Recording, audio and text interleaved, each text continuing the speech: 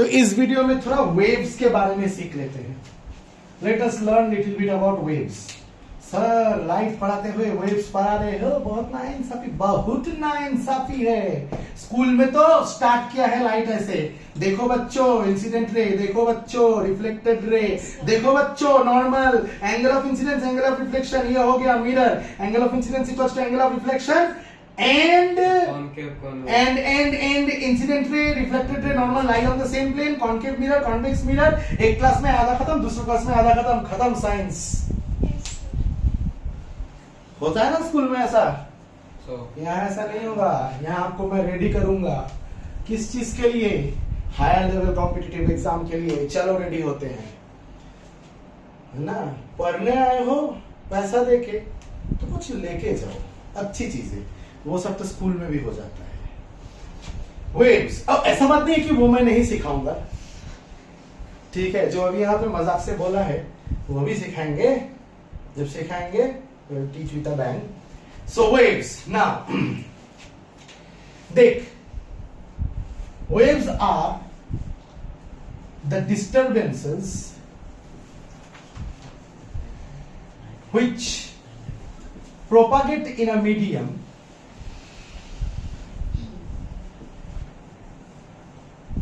by the means of vibration. By the means of what? Vibration. Waves are the disturbances which propagate in a medium by the means of vibration. Vibration करके, are you getting my point? Vibration करके फैलाएंगे। जैसे सोच, एक ऐसा है, एक particle ऐसे vibrate कर रहा है, उसको टच करके दूसरा पार्टिकल ऐसे वाइब्रेट कर रहा है, उसको टच करके तीसरा पार्टिकल ऐसे वाइब्रेट कर रहा है, ये ऐसे वाइब्रेट कर रहा है, ये ऐसे वाइब्रेट कर रहा है, ये ऐसे वाइब्रेट कर रहा है, ये ऐसे वाइब्रेट कर रहा है, ये ऐसे वाइब्रेट कर रहा है, तो ये ऐसे वाइब्रेट कर रहा है, तो ये ऐसे वाइब्रेट कर रहा है, तो ये ऐसे वाइब्रेट कर रहा है, तो ये ऐसे वाइब्रेट कर रहा है। इसको टच के ये, इसको टच करके ये वाइब्रेट कर रहा है, इसको टच करके ये, इसको ऐसे वाइब्रेट ऐसे ऐसे कर रहा है, फैल ऐसे रहा है, तो इसको हम लोग कहते हैं ट्रांसवर्स वेव। और हमारा जो इलेक्ट्रोमैग्नेटिक वेव है ना, जो अभी अभी प्रीवियस वीडियो में पढ़ा है, राइट और रॉन्ग, वो भी है ट्रांसवर्स वेव ही होता है, क्योंकि इलेक्ट्रिक फील्ड और मैग्नेटिक फील्ड ऐसे और ऐसे वाइब्रेट करता है और जाता है ऐसे। सही बोल रहा हूं, गलत बोल रहा हूं? सही बोल रहा हूं कि गलत बोल रहा हूं? Electromagnetic fields are, electromagnetic waves are transverse waves. Why? Because the electric field line and magnetic field line vibrate perpendicular to each other and the direction of propagation is perpendicular to that। मतलब कुछ ऐसा बात है, अगर यहां से electric field line vibrate कर रहा है ऐसे और यहां से मैग्नेटिक फील्ड लाइन वाइब्रेट कर रहा है ऐसे, तो सामने की तरफ जा रहा है। और अगर ऐसा है कि इलेक्ट्रिक फील्ड लाइन इसमें वाइब्रेट कर रहा है, मैग्नेटिक फील्ड लाइन इसमें वाइब्रेट कर रहा है, तो इस तरफ जा रहा है। Are you getting my point? Is this understood? Is this clearly understood? तो इलेक्ट्रोमैग्नेटिक वेव ट्रांसवर्स वेव है। सर ट्रांसवर्स वेव के अलावा और क्या वेव होता है? लॉन्गिट्यूडिनल वेव होता है। जैसे साउंड लॉन्गिट्यूडिनल वेव है, जिस तरह वाइब्रेशन हो रहा है, मतलब सोच एक पार्टिकल है वो ऐसे वाइब्रेट कर रहा है, दूसरा पार्टिकल को टच करके ऐसे वाइब्रेट हो रहा है, तीसरा पार्टिकल को टच करके ऐसे वाइब्रेट हो रहा है और फैल भी रहा है ऐसे, मतलब direction of vibration is like this, going also in this direction. So in that case we call it longitudinal wave. So these are two types of waves. Anyway, I am interested more about transverse wave. Now, thing is that even if it is wave, we should understand wave from certain terms like frequency, like wavelength, like wave velocity, like amplitude. So these are the few terms। Frequency के साथ और एक term सीखना चाहिए, time period, जो कि एक ही बात है। टाइम पीरियड फ्रीक्वेंसी एक ही बात नहीं है, मतलब बताता हूं, रिलेटेड है। एम्पलीट्यूड, ये सारी चीजें तुमको सीखना चाहिए, ठीक है? अब चाहे ये इलेक्ट्रोमैग्नेटिक वेव हो जो कि ऐसे ऐसे वाइब्रेट करके जा रहा है,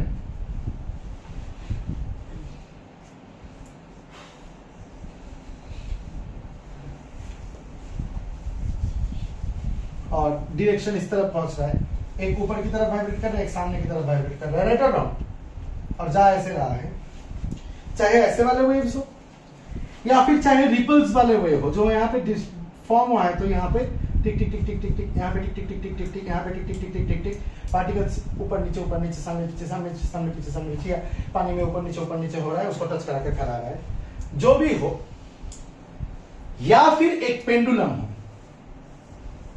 जिसको डिस्टर्ब करने से वो मीन पोजीशन से एक्सट्रीम में आ जाता है, एक्सट्रीम से वापस मीन में आ जाता है, मीन से वापस एक्सट्रीम में आ जाता है, और एक्सट्रीम से वापस मीन में आ जाता है। ठीक है, जिस तरह के भी कि मतलब इस पेंडुलम को एज अ मॉडल में इसीलिए सिलेक्ट कर रहा हूं क्योंकि पेंडुलम का जो वाइब्रेशन है, मीन से एक्सट्रीम से मीन से एक्सट्रीम से मीन से एक्सट्रीम, चाहे वो रिपल हो, यहां पे भी करोड़ पार्टिकल्स वही चीज कर रहा है, मीन से एक्सट्रीम से मीन से एक्सट्रीम से मीन। हाँ, डिफरेंस ये है कि ये अकेला यहां पे कर रहा है, यहां पे बहुत सारे पार्टिकल्स एक साथ। Are you getting my point? यहां पे electric field line, magnetic field line एक साथ कर रहे हैं, डिफरेंस यही है, लेकिन फिजिक्स तो सेम रहेगा ना, तो इसको लेके समझते हैं। जब वो मीन पोजीशन में है, इसको धक्का दे दिया, तो मीन पोजीशन से लेके एक्सट्रीम पोजीशन तक, एक्सट्रीम से लेके वापस मीन, मीन से लेके वापस एक्सट्रीम से लेके वापस मीन, मीन से लेके एक्सट्रीम से लेके वापस मीन, से लेके एक्सट्रीम से लेके वापस मीन, हम लोग मतलब ऐसा।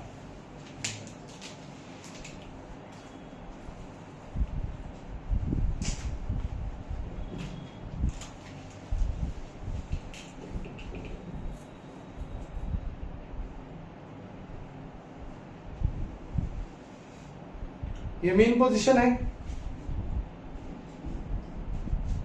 मेन पोजीशन से धक्का दे दिया, ये है पेंडुलम। ठीक है, अब क्या हो रहा है, मीन से लेके जब वो एक्सट्रीम में जा रहा है, एक्सट्रीम से लेके वापस मीन में आ रहा है, यहाँ पे रुक नहीं रहा है, इनर्शिया की वजह से यहाँ चला गया और वापस मीन में आया, इसको मैं कहता हूं one oscillation. This is known as what? One oscillation. तो मीन से लेके एक्सट्रीम से वापस मीन, से एक्सट्रीम से वापस मीन, इसको मैं कहूंगा वन ऑसिलेशन। इसको अगर मैं ग्राफ में प्लॉट करूं तो कुछ ऐसा दिखेगा। लेफ्ट एंड राइट दोनों एक्सट्रीम? हाँ, दो एक्सट्रीम से, मीन से लेके एक्सट्रीम, मीन से लेके एक्सट्रीम, से लेके मीन, से लेके मीन, लेकिन अब जो एक्सट्रीम है वो उल्टा साइड में है, तो यहां एक्सट्रीम, और ये अगर चलता जाएगा तो ऐसा होगा।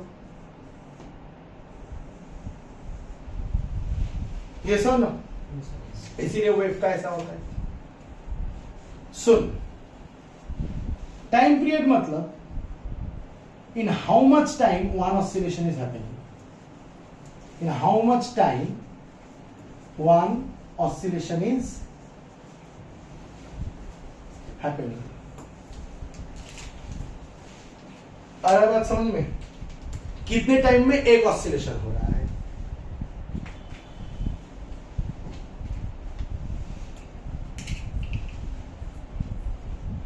घड़ी में देखो, सेकेंड के स्टार्ट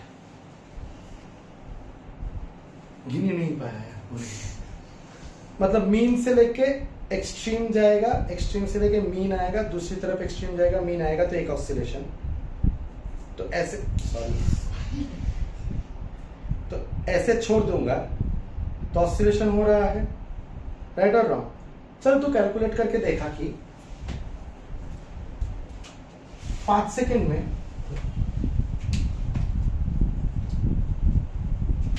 5 सेकेंड में 10 ऑसिलेशन हो गए, यानी एक ऑसिलेशन होने में, सॉरी 10 ऑसिलेशन होने में 5 सेकेंड लगता है, तो एक ऑसिलेशन होने में 5/10 माने हाफ सेकेंड लगता है। Yes, understood? This is known as time period. ठीक यहीं से निकल जाएगा what is frequency. Frequency is number of oscillations in 1 second.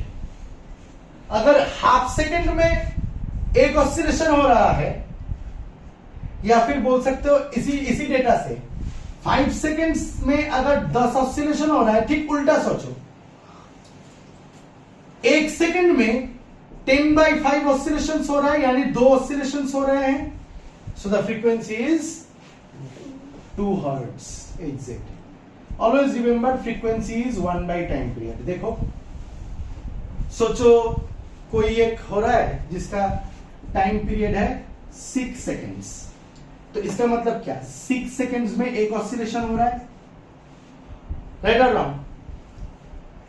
तो 1 सेकेंड में 1/6 ऑसिलेशन होगा, तो ये फ्रीक्वेंसी हुआ कि नहीं? तो टाइम पीरियड और फ्रीक्वेंसी में ये रिलेशन है कि नहीं? उल्टा सोच के देख. सोच किसी चीज का फ्रीक्वेंसी है 20 हर्ट्ज, इसका मतलब 1 सेकेंड में 20 ऑसिलेशन हो रहा है, राइट और रॉन्ग? तो 1 ऑसिलेशन हो रहा है 1/20 सेकेंड में, यस और नो?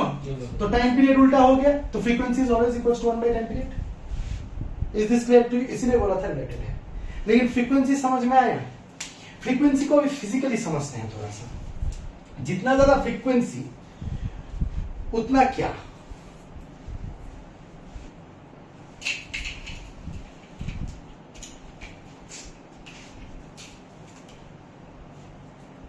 जितना ज्यादा फ्रीक्वेंसी, ठीक है, उतना वेव जल्दी जा रहा है. क्या ऐसा बात है?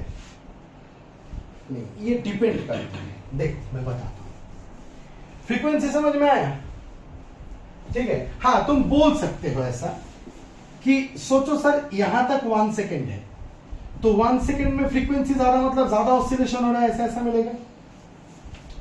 और सोचो सर दूसरा वेव का भी 1 सेकेंड यहीं पे है, तो फ्रीक्वेंसी कम है मतलब कम ऑसिलेशन मिलेगा. ऐसा बात बोल सकते हो. Are you getting my point? Is this understood? अच्छा, वेवलेंथ क्या होता है? अब ये वेवलेंथ समझने के लिए मैं तुमको रिपल से समझाता हूं. वेवलेंथ क्या होता है? The distance travel. वेवलेंथ एक बुक में लिखा होता है क्रेस्ट टू क्रेस्ट, या फिर ट्रफ टू ट्रफ. सर ये क्रेस्ट एंड ट्रफ क्या होता है? सोच तू अगर वेव ड्रॉ करेगा,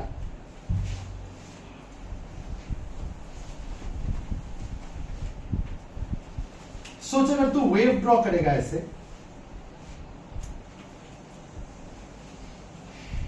ठीक है, तो इसको कहते हैं क्रेस्ट्स और इसको कहते हैं ट्रफ्स. क्रेस्ट टू क्रेस्ट अगर जाएगा तो इसको कहते हैं 1 वेवलेंथ. ट्रफ टू ट्रफ अगर जाएगा इसको भी कहते हैं 1 वेवलेंथ. मैं पसंद करता हूं ये कहना कि the distance travelled by the wave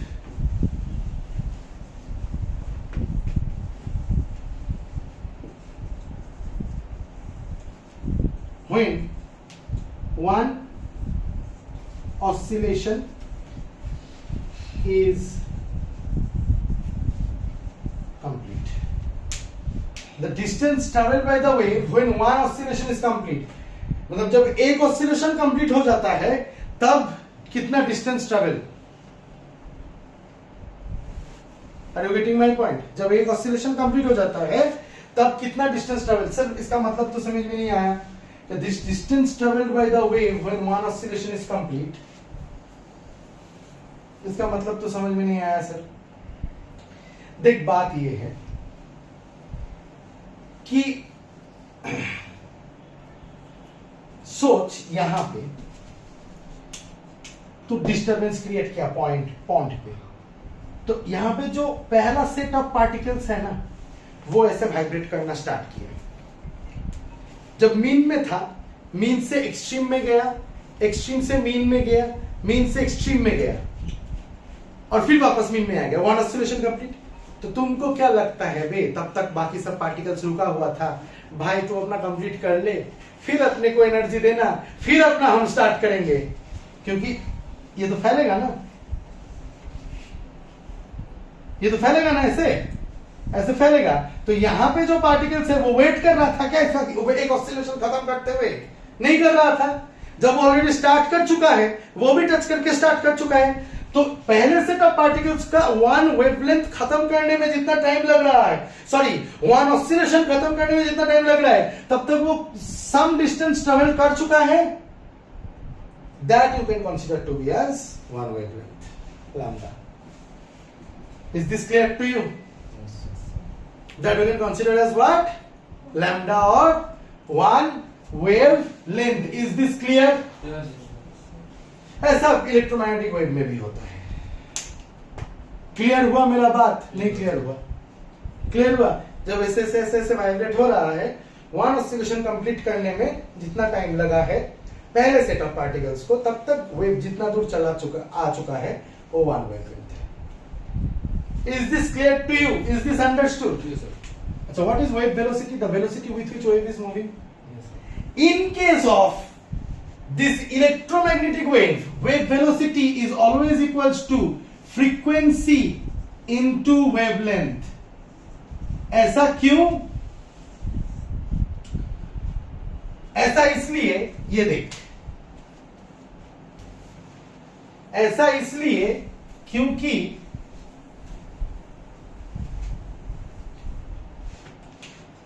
सोच, यहां पे डिस्टरबेंस क्रिएट हुआ तो यहां तक गया वो। Are you getting my point? तो जब तक यहां तक गया तब तक यहां पे डिस्टरबेंस हो रहा था, यहां पे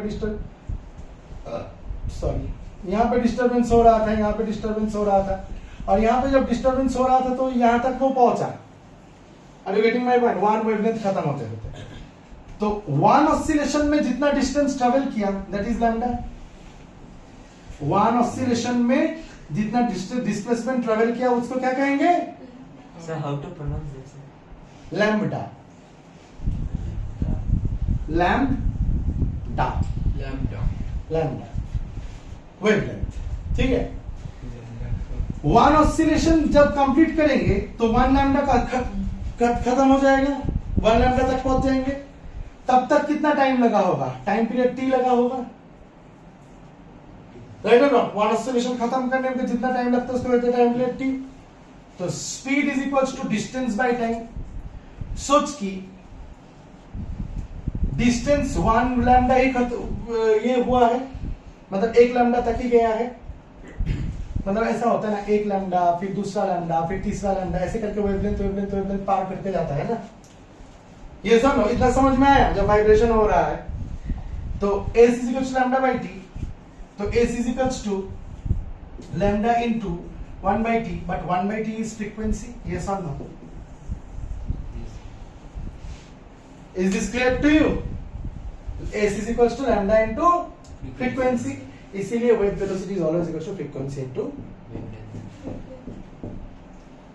is this clear to you? Is this clear to you? और एक चीज सुन के रख, क्योंकि हम लोग लाइट पढ़ रहे हैं और हम लोग इलेक्ट्रोमैग्नेटिक वेव्स पढ़ रहे हैं। इलेक्ट्रोमैग्नेटिक वेव है लाइट, और electromagnetic wave electric field line कितना जल्दी जल्दी वाइब्रेट कर रहा है, मैग्नेटिक फील्ड लाइन कितना जल्दी जल्दी वाइब्रेट कर रहा है, उसके ऊपर डिपेंड करेगा कि उसका फ्रीक्वेंसी कितना है, राइट और रॉन्ग? अलग अलग मीडियम में ये जो वाइब्रेशन है ये बदल जाता है। हम लोग बोलते हैं C is equals to 1 by root over mu naught into epsilon naught। ये बात क्लास 12 से पहले अभी समझ में नहीं आएगा, 12th वाले भी मतलब क्या ऐसा ऐसा हो जाता है, ठीक है। तो 10 को ये बताना मेरा सॉरी, बट आपको मैं इतना ही समझाना चाह रहा हूं कि वैक्यूम के अलावा अलग अलग जो जगह है ना, ग्लास हो चाहे कोई भी ट्रांसपेरेंट मीडियम हो जिसमें से लाइट जा सकता है, लाइट वेव ट्रेवल कर सकता है, वाटर हो चाहे ग्लास हो, वहां पे ना स्पीड बदल जाता है। इसका रीजन ये है क्योंकि ये इलेक्ट्रोमैग्नेटिक वेव है, इलेक्ट्रिक फील्ड लाइन और मैग्नेटिक फील्ड लाइन कितना जल्दी जल्दी वाइब्रेट करेगा वो फ्रीक्वेंसी है,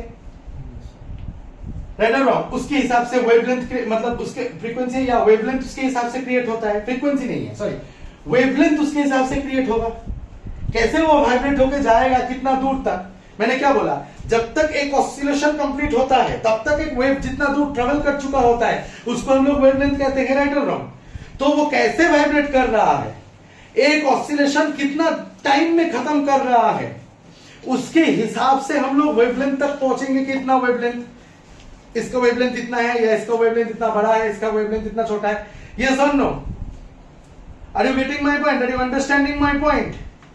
तो वो मीडियम टू मीडियम वैरी कर जा सकता है, क्यों? क्योंकि स्पीड वैरी कर जाता है, क्योंकि स्पीड इस चीज के ऊपर डिपेंड करता है, क्योंकि ये इलेक्ट्रोमैग्नेटिक फील्ड है, क्योंकि इलेक्ट्रोमैग्नेटिक फील्ड इलेक्ट्रिक फील्ड के और मैग्नेटिक फील्ड के वाइब्रेशन के ऊपर डिपेंड करेगा, और इलेक्ट्रिक फील्ड और मैग्नेटिक फील्ड का वाइब्रेशन या इलेक्ट्रिक फील्ड या मैग्नेटिक फील्ड पैदा होना मीडियम टू मीडियम वैरी करते रहता है, इसीलिए मीडियम टू मीडियम लाइट का स्पीड वैरी करता है। इस बोलने का तात्पर्य ये है, मीडियम टू मीडियम लाइट का स्पीड वैरी करता है। समझ में आ रहा है बात? मीडियम टू मीडियम क्या होता है? लाइट का स्पीड वैरी करता है, इतना याद रखना। लेकिन फ्रीक्वेंसी नहीं वैरी करता। Medium to medium frequency vary करता है सर? नहीं, फ्रीक्वेंसी डिपेंड करता है सोर्स ऑफ लाइट के ऊपर। फ्रीक्वेंसी डिपेंड करता है किसके ऊपर? सोर्स ऑफ लाइट के ऊपर। लाइट का सोर्स कौन है उसके ऊपर डिपेंड करता है फ्रीक्वेंसी। क्यों? क्योंकि लाइट पैदा होता है ऐसे, एक एटम होता है और उसके इलेक्ट्रॉन ऐसे जंप करते हैं हाई लेवल में, राइट और रॉन्ग? तो यहां से यहां E2 माइनस E1 क्रिएट करता है डेल ई, ये है डिस्टर्बेंस। और मैक्स प्लैंक बोल के एक साइंटिस्ट था जो बताया था del E is directly proportional to frequency. Del E is directly proportional to frequency. कितना फ्रीक्वेंसी का रेडिएशन निकलेगा? Are you getting my point? कितना फ्रीक्वेंसी का रेडिएशन निकलेगा वो एनर्जी डिफरेंस के ऊपर डिपेंड करेगा। अब ये सोर्स के ऊपर डिपेंड करेगा कि कौन से शेल से कौन से शेल में वो जंप किया है। Are you getting my point? ये सोर्स के ऊपर डिपेंड करेगा ना कि तू टंगस्टन फिलामेंट जला रही है कि क्या जला रही है, कि लैंप जला रही है, मोमबत्ती जला रही है, कार्बन के पार्टिकल्स के या कार्बन के एटम्स के इलेक्ट्रॉन को एक्साइट कर रही है, या टंगस्टन के इलेक्ट्रॉन्स को एक्साइट कर रही है, या फिर किसी दूसरे के एटम्स को, नियॉन के एटम्स के इलेक्ट्रॉन्स को एक्साइट कर रही है। वो तो नेचर ऑफ द एटम के ऊपर डिपेंड करेगा कि इलेक्ट्रॉन कौन से वाले शेल से कितना एनर्जी लेके कौन से वाले शेल तक जंप करेगा। फर्स्ट से फोर्थ हो सकता है, फर्स्ट से सेकंड हो सकता है, फर्स्ट से थर्ड हो सकता है। ये तो सोर्स टू सोर्स वैरी करेगा ना। Are you getting my point? उस हिसाब से डेली क्रिएट होगा। और मैक्स प्लैंक ने हमें बताया del E is directly proportional to nu. जो रेडिएशन निकलेगा उसका जो फ्रीक्वेंसी होगा, फ्रीक्वेंसी मतलब कितना जल्दी जल्दी मैग्नेटिक फील्ड लाइन और इलेक्ट्रिक फील्ड लाइन वाइब्रेट कर रहा है, उसका जो फ्रीक्वेंसी होगा, राइट और रॉन्ग, वो फ्रीक्वेंसी डिपेंड करेगा किस चीज के ऊपर? कितना एनर्जी डिफरेंस है। तो एक्चुअली फ्रीक्वेंसी डिपेंड कर रहा है किस चीज के ऊपर? सोर्स ऑफ द लाइट के ऊपर। लेकिन स्पीड डिपेंड करता है किस चीज के ऊपर? फ्रीक्वेंसी वेवलेंथ दोनों के ऊपर। ये तो सही है, लेकिन कभी कभी लाइट का स्पीड मीडियम टू मीडियम, कभी कभी क्या हमेशा मीडियम टू मीडियम वैरी कर जाता है, क्योंकि बेचारे इलेक्ट्रोमैग्नेटिक फील्ड है और electromagnetic field medium to medium अलग अलग होते रहते हैं, वाइब्रेशन अलग अलग होता रहता है, स्ट्रेंथ अलग अलग होता रहता है। Are you getting my point? Strength vary कर जाता है।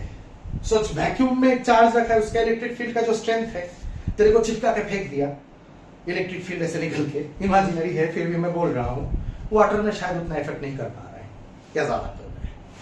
तो इसीलिए वो लोग जो एक बार किसी सोर्स से अगर बना लिया इलेक्ट्रिक फील्ड और मैग्नेटिक फील्ड वाइब्रेट करके निकल रहा है, अगर मीडियम चेंज करेगा तो उनके स्ट्रेंथ में इफेक्ट पड़ेगा, तो उनके स्पीड में भी इफेक्ट पड़ जाता है। तो इसी वजह से मीडियम टू मीडियम चेंज होने से लाइट का स्पीड चेंज होता है। क्लियर कर पाए? Last but not the least, amplitude. Amplitude मतलब मीन पोजीशन से कितना ऊपर। Are you getting my point? इतना लंबा लंबा वाइब्रेशन भी हो सकता है कि मीन पोजीशन से बहुत दूर जा रहा है, छोटे छोटे भी हो सकते हैं। तो इसके ऊपर लाइट का क्या डिपेंड करेगा सर? इंटेंसिटी, कितना ब्राइटनेस। जितना ज्यादा एम्पलीट्यूड उतना ज्यादा ब्राइटनेस। आया बात समझ में? सारा चीज अच्छे से क्लियर हुआ? क्लियर नहीं भी होगा तो ये मैं YouTube में डालने वाला हूं, मिल जाएगा एक ही दिन में। हुआ कि नहीं हुआ? लाइट के बारे में परसेप्शन ही चेंज हो गया आज। ये सर नो। फिर नेक्स्ट डे हम लोग ये पढ़ेंगे कि लाइट को रे नेचर भी सोचना है, वेव नेचर भी सोचना है, दोनों को एक साथ सोच के आगे बढ़ना है। उसके बाद मजा आता है लाइट पढ़ने में। समझे? आईसीएससी तुम लोग स्कूल में डायरेक्ट बताया होगा ना, light is going from one medium to another medium and the speed is changing, that's why it is bending. Ask them the reason why speed is changing. There is the reason. Yes or no? There is the reason. Is this clear? Yes, sir. Okay.